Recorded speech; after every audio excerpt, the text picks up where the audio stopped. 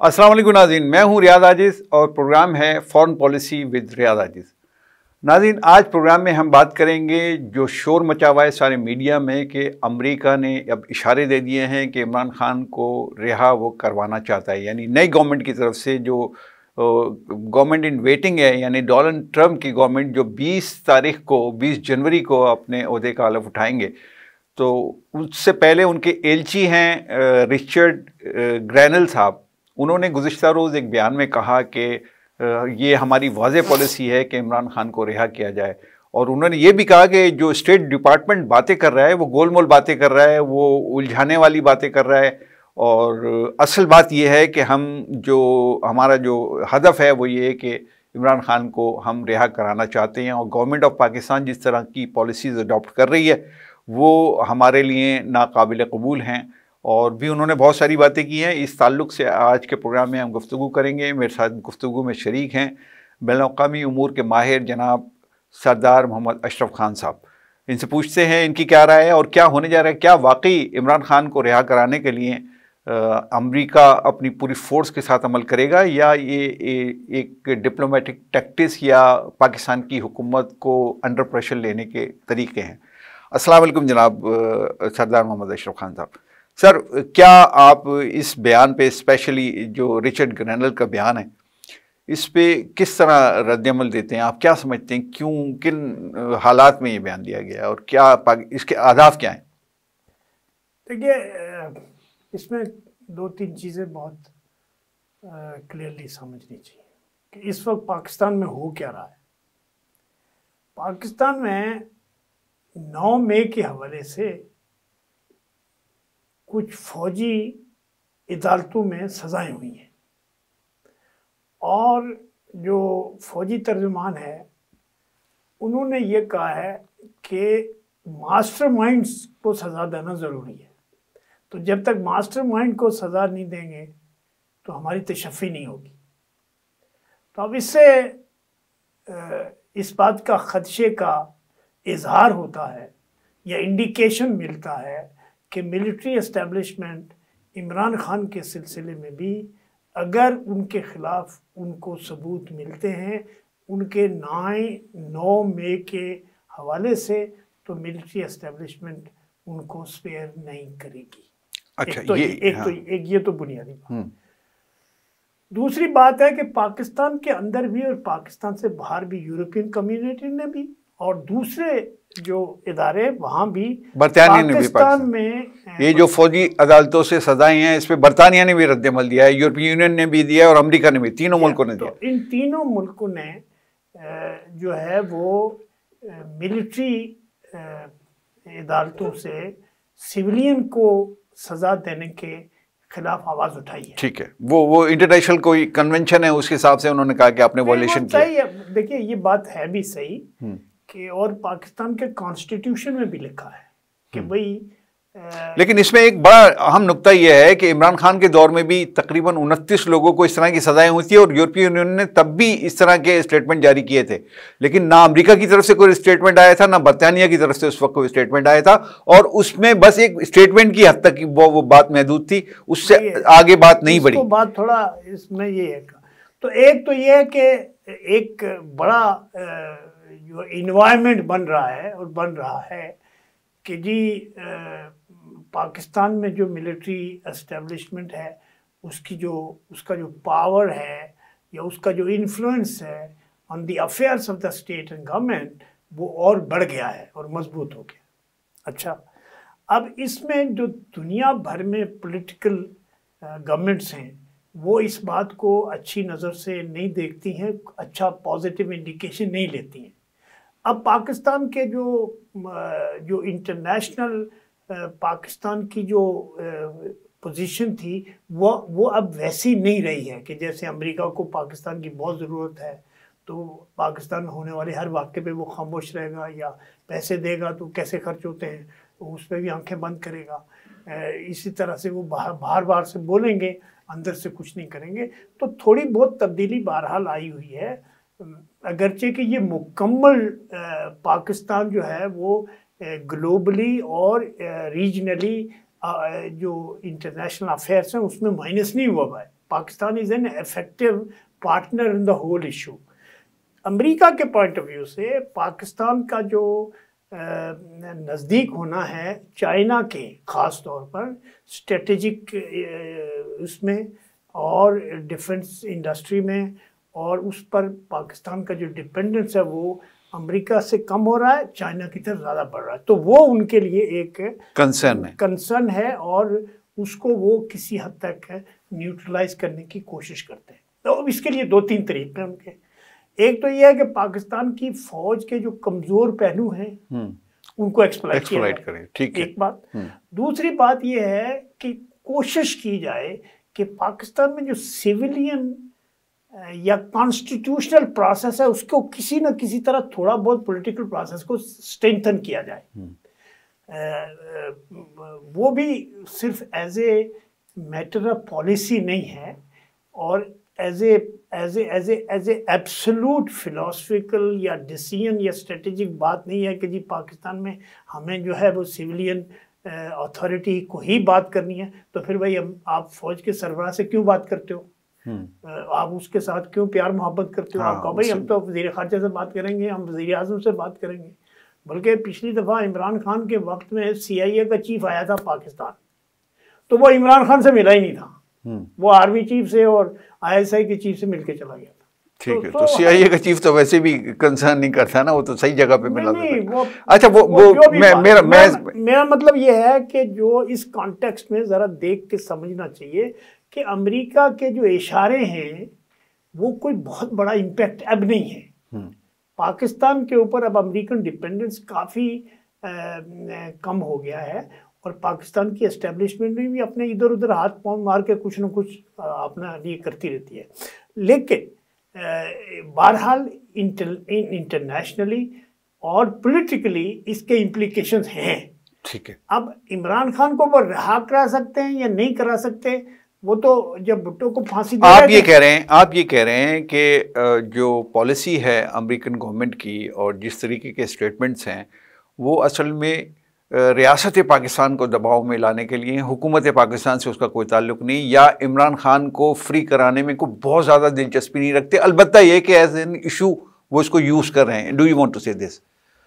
या पार्शली ये सही है। दूसरा, अगर इमरान खान के इशू को यूज़ करके वो हमारी मिलिट्री एस्टेब्लिशमेंट से अपनी बात मनवा ले तो ठीक है, और अगर नहीं माने तो भाई इमरान खान की कुर्बानी से अमेरिका के मफादात पे तो कोई असर नहीं पड़ता। दो, तीसरी बात यह है कि इमरान खान को ग्लोरीफाई करने से मिलिट्री एस्टेब्लिशमेंट में दबाव बढ़ता है, इस लिहाज से कि वो पाकिस्तान में मिलिट्री एस्टेब्लिशमेंट को कमज़ोर करने के लिए इमरान खान को एक टूल के तौर पर यूज कर सकते हैं, पब्लिसिटी टूल के ऊपर, पॉलिटिकल टूल के ऊपर, अदरवाइज आल्सो।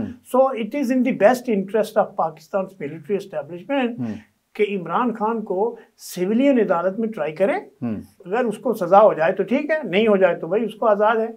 लेकिन पाकिस्तान की तारीख में मिलिट्री एस्टेब्लिशमेंट जो है वो अपने लिए इंटरनल जो थ्रेट्स हैं उनको टॉलरेट नहीं करती रहती। तो ये अच्छा, आप ये समझते हैं कि इमरान खान कितना ही प्रेशर अमेरिका का आ जाए, अगरचे वो लफ्जी प्रेशर है या सिर्फ दबाव बयानात की हद तक है, इस मिलिट्री इस्टेब्लिशमेंट उससे दबाव में आने वाली नहीं है और इमरान खान को इस बुनियाद पे कम से कम रिहा नहीं किया जाएगा कि अमेरिका कह रहे हैं। या दैट्स राइट। अच्छा, अब अगर ऐसा है तो इसमें एक बात आपकी इस तरह भी सेकंड होती है कि अमेरिका की तरफ से मुसलसल पाकिस्तान पर दबाव डालने की कोशिश की जा रही है। जैसा कि पिछले दिनों आपने देखा कि उन्होंने यहाँ तक कह दिया कि पाकिस्तान का जो मिसाइल प्रोग्राम है वो अमेरिका को भी, यानी बैलिस्टिक मिसाइल प्रोग्राम जो है वो अमेरिका को भी हिट कर सकता है। ये बड़ी अजीब व गरीब बात, पाकिस्तान शायद दुनिया की तारीख में पहली दफ़ा इस तरह की बात अमेरिका ने खुद की है कि हमें भी हिट करने वाला कोई मौजूद है। वो चाइना को ये बात नहीं कहते खुलकर, लेकिन खुलकर पाकिस्तान के लिए उन्होंने ये बात की है। इस पे आपकी क्या राय है? देखिए, एक तो Pakistan is a vulnerable country, ये एक गैर मुस्तहिकम रियासत है, ठीक है, और एक कमज़ोर रियासत है economically, politically and socially. It's a divided country, distorted एक तबका, दूसरा, तीसरा, चौथा, किसको कुछ पता नहीं कौन असल में पावर है, सवाए मिलिट्री एस्टेब्लिशमेंट के किसी को कुछ पता नहीं बाकी कोई पावर है भी कि नहीं। एक बड़ा डेवलपमेंट है, और वो बड़ा डेवलपमेंट ये है कि पाकिस्तान में जो तालिबानाइजेशन का अमल या जो तालिबान का इन्फ्लुएंस है, उसके बढ़ने के खदशात हो सकते हैं वेस्ट में, क्योंकि तालिबान को अफगानिस्तान में अमेरिकनों ने बहुत सारे वसाइल छोड़ के गए हैं। एक दूसरी बात यह है कि तालिबान जो है वो पाकिस्तान के ऊपर बड़ी अच्छी, मतलब बड़ी ललचाई हुई नज़र से देखते हैं उसको। वो पाकिस्तान को अपना ही रियासत समझते हैं, जिस तरह माजी में पाकिस्तान समझता रहा अफगानिस्तान को। पाकिस्तान क्या समझेगा? पाकिस्तान अफगानिस्तान को तो समझा ना सर, एक ख्वाब में वो ज़ियाउल हक पांचवा सूबा तो समझते रहे ना सर। वो ज़ियाउल हक की फुलिशनेस थी, उसको कुछ पता वो नहीं। तो आप वो तो ये ऐसी विजडम है कि विजडम ही नहीं है सर, ये विजडम का है सर, जो डिजास्टर है व्हाटएवर। बट पॉइंट ये है कि ख्वाब देखने में तो कोई हर्ज नहीं। हाँ, तो ज़ियाउल हक मतलब जिस तरह वो पाकिस्तान सोचता रहा माजी में, इसी तरह Taliban Afghanistan they are planning तारीखी दोस्त मोहम्मद खान से लेके अहमद शाह अब्दाली के वक्त में तो सारा पंजाब जो है वो उसकी रियासत था, मुल्तान तक, सिंध तक। तो पॉइंट ये है कि दोस्त मोहम्मद खान जो नया अफगानिस्तान का रूलर था, उससे लेके आज तक कोई एक भी अफगान रूलर नहीं रहा कि जिसने पाकिस्तान के ऊपर अटक तक का दावा ना किया। अच्छा वापस आते हैं अपने मौजू पर। ये बताइए कि डोनाल्ड ट्रंप की हुकूमत आने के बाद बात देखिए, उनको ये खदशा है वेस्ट को खासतौर पर कि वेस्ट को ये खासतौर पर ये खदशा है कि अगर जो है वो ये जो इस तरह के हथियार हैं कहीं तालिबान वगैरह टाइप की ऑर्गेनाइजेशंस के हत्थे चढ़ जाएं तो फिर अमेरिका के लिए खतरा है। अच्छा, तो इसमें अब मुझे ये बताइए कि डोनाल्ड ट्रंप की हुकूमत जाहिर है 20 जनवरी को आ जाएगी, और पहले से एलची का एक क्लियर कट पाकिस्तान के हवाले से बयान आ चुका है, आ रहा है, और शायद वो मुसलसल इस तरह के बयानात को रिपीट करेगा मुख्तलिफ फोरम्स पर, और उससे करवाया जा रहा होगा यकीनन पाकिस्तान पर दबाव डालने के लिए। जैसा कि आपने कहा कि असल स्ट्रैटेजीज और रियासत पाकिस्तान पर दबाव डालना है, Imran Khan not an issue. अब डोनाल्ड ट्रंप के आने के बाद दो बड़ी अहम डेवलपमेंट, एक तो इमरान खान के हवाले से, दूसरा ये बैलिस्टिक मिसाइल के हवाले से, और तीसरा ये फौजी अदालतों के हवाले से। इसको किस सिनेरियो में आप देख रहे हैं? होने क्या जा रहा है? अब अमेरिका पाकिस्तान के साथ करने क्या जा रहा है? अमेरिका क्या करेगा? पाकिस्तान खुद करेगा जो कुछ करना है। देखिए, पाकिस्तान को ज़रूरी नहीं है कि रियासत को और हुकूमत को और कंट्री को कोई किसी के दबाव में फैसले करने चाहिए। उनको ये देखना चाहिए कि हमारी रियासत, हमारी कौम और हमारे मुल्क के लिए सबसे बेहतर तरीका और रास्ता क्या है। मसलन ये बात हमें समझना चाहिए कि हमें मालूम है कि 9 मई का बड़ा सेंसिटिव इशू है, और पाकिस्तान की मिलिट्री एस्टेब्लिशमेंट के लिए ये बहुत सेंसिटिव है, लेकिन उसके लिए सिविलियंस को ट्रायल करना पाकिस्तान की मिलिट्री के हक में सही नहीं है। एक बात आप समझ, जो भी है, उसे इमरान खान है, मैं हूँ, आप हूँ, कोई भी हो, उसको ट्रायल करना मिलिट्री के अपने इमेज के हिसाब से भी सही नहीं है। ठीक है। दूसरा, फिर ये दावा कि जी हम पाकिस्तान में आईनी कानूनी उसूलों की पासदारी करेंगे, वो भी गलत साबित हो जाता है। तो इसलिए हमें as a nation, as a country, as a state, as a establishment और पावर एस्टेब्लिशमेंट और वट एवर यू आर, आपको ये सोचना चाहिए कि यार विजडम का तकाजा क्या है, आप वो रास्ता इख्तियार करो। आप अपने फौजी लोगों को अगर ये तो ठीक है, पाकिस्तान की हुकूमत को करना क्या चाहिए आपने बता दिया, ये करना चाहिए, और एक कॉमन सेंस की भी बात है, विजडम की भी बात यही है कि इस तरह फैसले करो कि जो अपनी कौम के, अपने मुल्क के मफादात में हो। हम दूसरों की लड़ाई कब तक लड़ते रहेंगे, या दूसरों के मफादात को कब तक तहफ़्फ़ुज़ पहुँचाने के लिए अपने आप को सेक्रीफाइस करते रहेंगे। ये बात सही है। मैं आपसे पूछ रहा हूँ कि डोनाल्ड ट्रंप जब हुकूमत में आ जाएंगे, वो ये 3 तो बातें अपनी जगह मौजूद हैं, एक तो मिलिट्री ट्रायल्स, दूसरा सिविलियन का मिलिट्री ट्रायल्स, दूसरा बैलिस्टिक मिसाइल, और तीसरा इमरान खान। इसके अलावा भी कोई पाकिस्तान पर दबाव डाल सकता है डोनाल्ड ट्रंप? नहीं, पाकिस्तान में दबाव डालने की कोई ज़रूरत भी नहीं है। पाकिस्तान तो वैसे ही अमेरिका का अलाई है, फ्रंटलाइन स्टेट। सर ये दबाव डाल रहे हैं ना, जब 3 तरीके से वो स्टेटमेंट दे रहे हैं। मैं सर देखिए, मैं इस थोड़ा इन डेप्थ इसको समझने की कोशिश कर, मेरा सवाल जो है वो मैं आपसे पूछना ये चाह रहा हूँ कि अमेरिका के पास और कौन कौन से मैदान में पाकिस्तान पे दबाव डालने के इम्कानात मौजूद हैं। ये तो जाहिर है कि दबाव डाल रहे हैं ना, वो तीन तरीके से पाकिस्तान पे दबाव डाल रहे हैं ना। एक एलसी के बयान को, ये पाकिस्तान एलची किसका है सर? डोनाल्ड ट्रंप का एलची है, वो नए सदर का है। आप उसको माइनस कैसे कर सकते हैं? डोनाल्ड ट्रंप जो है उसने अपनी मिलिट्री को बोला था कि तुम टेक ओवर कर लो। तो डोनाल्ड ट्रंप जो है वो कोई अमेरिका में भी बयानात वगैरह देता रहता है खुद भी, और उसके खुद के बयानात में भी काफ़ी कंट्रोवर्सीज होती हैं। ठीक है। तो लेकिन मैं आपको एक बात बताता हूँ कि स्टेट डिपार्टमेंट का जो बयान है ये जो मिसाइल के सिलसिले में है उसमें और पेंटागन के स्टेटमेंट में फ़र्क है। पेंटागन ने कहा नहीं, पाकिस्तान हमारा जो है वो रिलायबल अलाय है in the region and we mostly work with them comfortably, और हमें कोई इशू नहीं है। तो इसलिए ये बात तो अपनी जगह सही है कि भाई वो मिसाइल टेक्नोलॉजी आगे पीछे ये वो हो सकता है, उनका ख्याल हो कि ईरान के हत्थे चढ़ जाए फिर। देखो ना, यहाँ एक बात नहीं है ना, पाकिस्तान में कह रहा हूँ कि पाकिस्तान की अपनी जो वल्नरेबिलिटी है वो इग्नाइट करती है, अट्रैक्ट करती है इंटरनेशनल कंडेमिनेशन को भी। पाकिस्तान ने बड़ा अच्छा किया है कि ये जो मिडल ईस्ट के मौजूदा कॉन्फ्लिक्ट में पाकिस्तान ने कोई अग्रेसिव रोल इख्तियार नहीं किया। हाँ।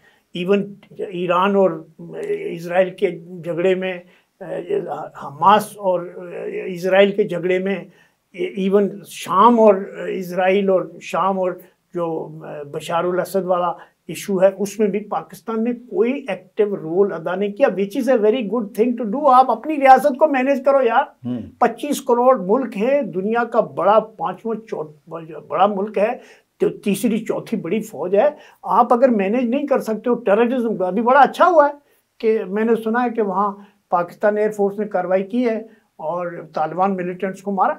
तो नहीं, वो तो मुसलसल हो रहा है, वो तो खवारिज कह रहे हैं ना, अब उनको तालिबान कहना भी बंद कर दिया उन्होंने। जो मर्जी कहें, बात यह है कि इसमें आपको फोकस करना है पाकिस्तान का। मैंने आपको बोला पाकिस्तान था का कि दुनिया सारी से पाकिस्तान को इतना खतरा नहीं है जितना खतरा तालिबान से पाकिस्तान को है, समझे? तो इसलिए आप मजाक ना समझें इसको, ये बड़ा सीरियस मसला है और इस सीरियस मसले को बहुत सीरियसली लेना चाहिए पाकिस्तान को भी एज ए रियासत, हुकूमत को भी एज ए हुकूमत, और हमारी पॉलिटिकल लीडरशिप को। अच्छा, बरतानिया की तरफ से भी पाकिस्तान पर एक दबाव आ रहा है, वो जाहिर है कि फिर इस तरह की बातें होती हैं कि बरतानिया का और अमेरिका का तो ले पालक है इमरान खान, और वो भी इस तरह के बयान दे रहा है, ख़ासतौर से मिलिट्री ट्रायल्स के हवाले से, सिविलियन के मिलिट्री ट्रायल्स उसके हवाले से जो बरतानिया का बयान है वो भी ज़रा फ्रंट लाइन स्टेट के तौर पे सामने आ रहे हैं। इस इशू के ऊपर मैं बात कर रहा हूँ स्पेसिफिक, यानी इमरान खान के इशू के ऊपर, इसको आप कैसे देखते हैं? क्योंकि इमरान खान का जो एक खानदानी ताल्लुक तो बनता है ना। आप इसको प्रेशर न लें। हाँ। आप एज ए स्टेट, अगर मैं पाकिस्तान का क्या हूँ, मैं तो कुछ भी नहीं हूँ। नहीं, आप अगर मैं हूँ प्राइम मिनिस्टर हूँ, या ख्वाहिश तो कर सकते हैं। नहीं ख्वाहिश नहीं। हाँ। मैं ख्वाहिश तो बिल्कुल नहीं है। अच्छा। लेकिन अगर मैं आर्मी चीफ हूँ तो मैं ये सोचूंगा कि भाई आप बड़ी ख्वाहिश कर रहे हैं इंटरनेशनल। हाँ, हो ही नहीं सकता ना, अब तो 70 साल का तो होता नहीं, 64 साल में वैसे ही रिटायर हो जाता। ठीक है, मैक्सिमम भाजपा हुआ। खैर, मतलब कहने का ये है कि देखिए, आप खुद सोचिए कि इंटरनेशनल ओपिनियन को किस तरह और कितना आप डिसरिगार्ड करेंगे, इस बात को समझें। और आपके अपने नेशनल और रियासती इंटरेस्ट में क्या चीज़ है, इकोनॉमिक फैक्टर है आपका सबसे, जो प्रेशर पाकिस्तान के ऊपर होता है वो इंटरनेशनल फाइनेंशियल इंस्टीट्यूशन से, जिससे पाकिस्तान क्रिपल हो जाता है। इमरान खान भी क्रिपल हुआ, बाद वाले भी हुए, अभी थोड़ा बेहतर सहूलत हो रही है, वो 2 थप्पड़ भी मार रहे हैं, वार्निंग भी दे रहे हैं, पैसे भी दे रहे हैं। तो आपको थोड़ा समझदारी से, होशियारी से अपने मामला को ठीक करना चाहिए, ये किसी के कहने से नहीं। अच्छा, ठीक है, वो प्रेशर तो अपनी जगह या कहना अपनी जगह। आखिरी बात सर, कि इमरान खान को ट्रायल मिलिट्री कोर्ट में किया जाना चाहिए, या आप मशवरा देंगे नहीं ऐसा नहीं करना चाहिए? मेरे ख्याल से तो बिल्कुल नहीं करना चाहिए, बिकॉज इससे पाकिस्तान की मिलिट्री एस्टेब्लिशमेंट में कोई फायदा नहीं होगा और पाकिस्तान इमरान खान को पॉलिटिकली बहुत फायदा होगा। कुछ कर भी नहीं सकोगे आप, उसको कोई सजा नहीं दे सकेगा। देखिए, और दी भी तो फिर वो सुप्रीम कोर्ट और हाई कोर्ट से रिलीफ मिल जाता है। सुप्रीम कोर्ट हाई कोर्ट को छोड़ दें एक मिनट के लिए, मैं ये कह रहा हूं कि आप सजा दे भी नहीं सकोगे और इमरान खान का कद इतना बढ़ा दोगे कि फिर आपसे बर्दाश्त होना मुश्किल हो जाएगा। तो इसलिए आपने बेस्ट इंटरेस्ट दिया कि अपने आप को उतना ही रखो जितना है। ठीक है, बहुत शुक्रिया सरदार मोहम्मद अशरफ खान साहब। नाज़रीन, सरदार साहब की गुफ्तगू आपके हवाले है, आप इस पर गौर कीजिए। मुझे इजाज़त दीजिए, अल्लाह हाफ़िज़।